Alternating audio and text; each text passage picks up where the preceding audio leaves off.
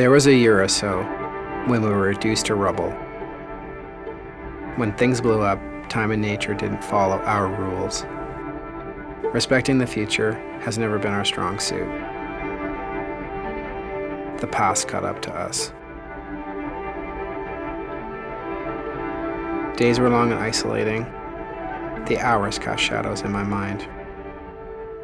Now here I am, figuring shit out like all of us had to. I spent time inside this historic factory that has been demolished because time moved on and our values changed. I'm not an overly political person, but I view street art as a political gesture to power structures that divide us. This is the story of how I found inspiration in an unlikely place during an unlikely time.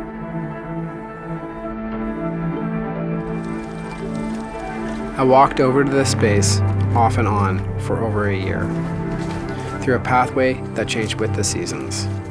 From fall to winter, my journey was consistent. The train tracks led me down a hill and a rocky pathway with a view of the forgotten factory. Then along the perimeter of a fence,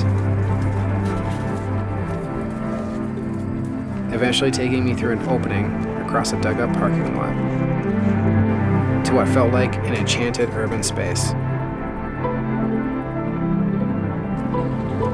Once there, I gathered up discarded material left behind from the demo crew.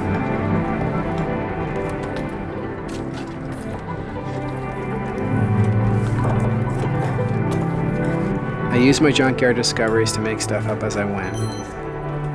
There really was no method to my madness at first. It was about me responding to the environment, getting out of my house, being physical, and maybe bending the law. But the world felt lawless.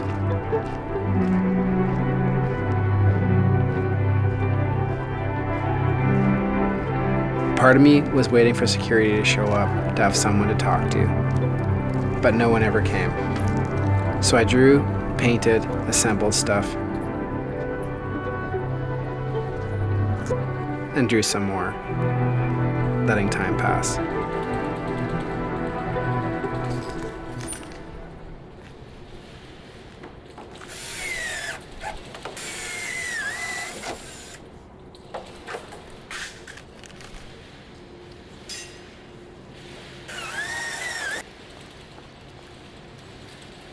It was a discarded space that felt oddly meditative, like a secret garden. I'm not quite sure what made it so special. For a moment in time, it was my little corner of the world.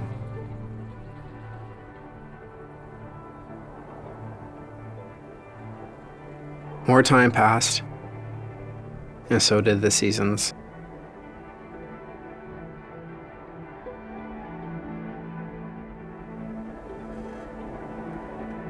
The sun kept track of time for me, casting shadows. There was a purity about the space in the winter. Then again, the whiteness of winter has that effect on things.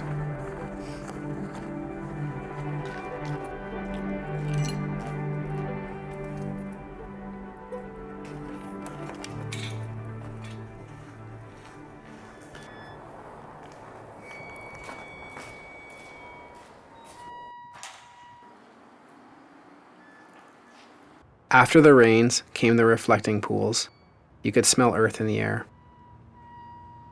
A thin dusting of snow spread across the concrete like an uninterrupted bedsheet in a world full of interruptions.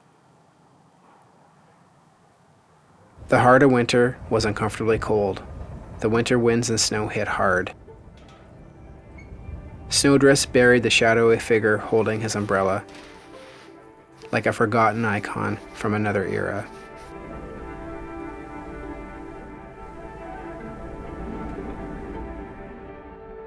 The warm weather made working easier.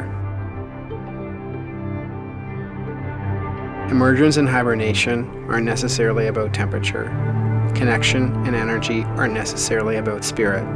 Some things are just meant to be beyond our understanding.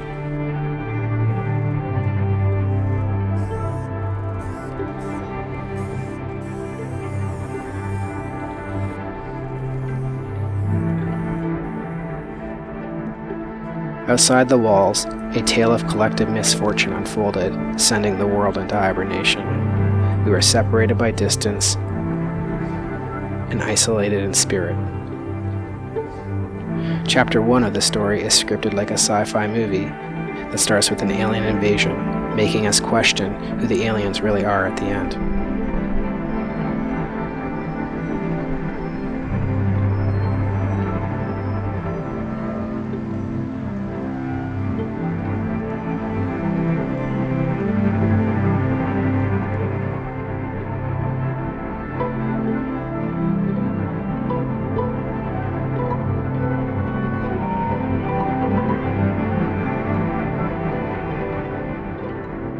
I just kept painting and making stuff.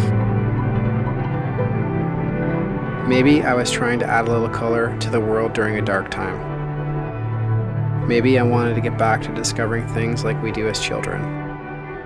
Maybe the universe lined up and introduced me to a new friend.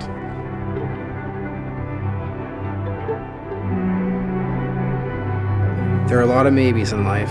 One thing is for sure, I was definitely a tourist in the world of street art.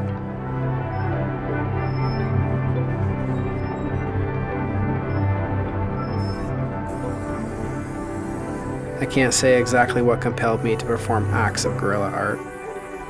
All of us were struggling to find something to help deal with the pain and discomfort of it all. We were displaced in our own lives, traveling to parts unknown in our own minds.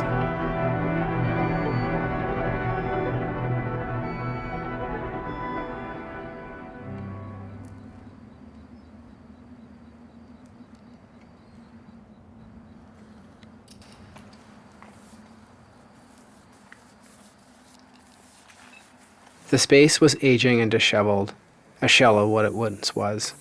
I covered the stains and cracks on the walls with paint, but that didn't hide much.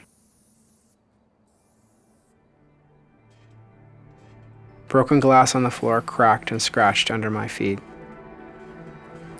Creaking metal pierced through the air like arthritic joints. The skin of paint peeled from the walls. I kept covering them with more paint.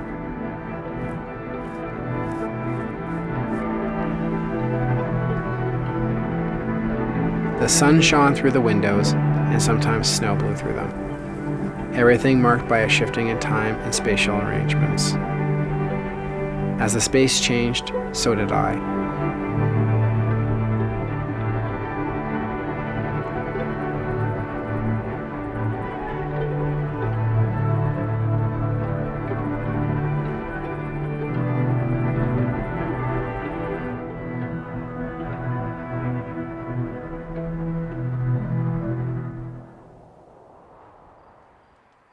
Shadows sliced the walls and carved the concrete floor. I spent hours there with nobody around, yet it never felt empty. You could feel the presence of history. Who came before? What will be here after? For the most part, these are unanswerable questions.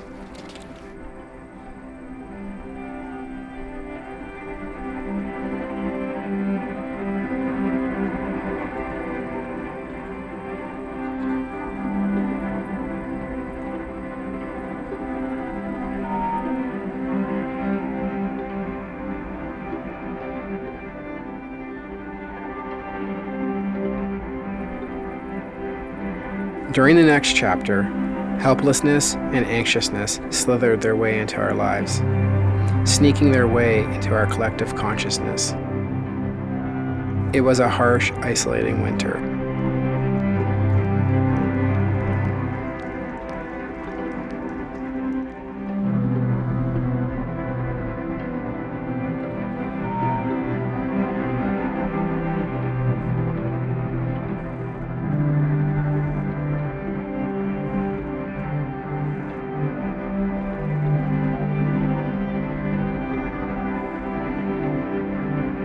Eventually, the clouds parted and gave us some light.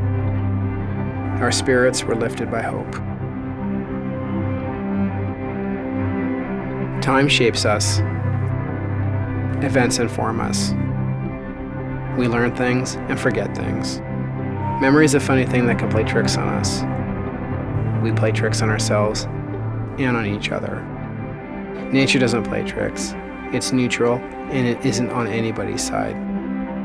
Sometimes time is not on our side, no matter how hard we try.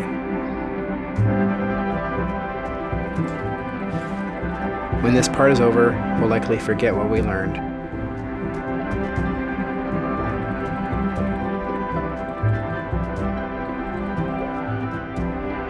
That will be our final chapter. A chapter where the fragility of life and our vulnerability will turn to dust, swept away like the spaces we discard and try to renew.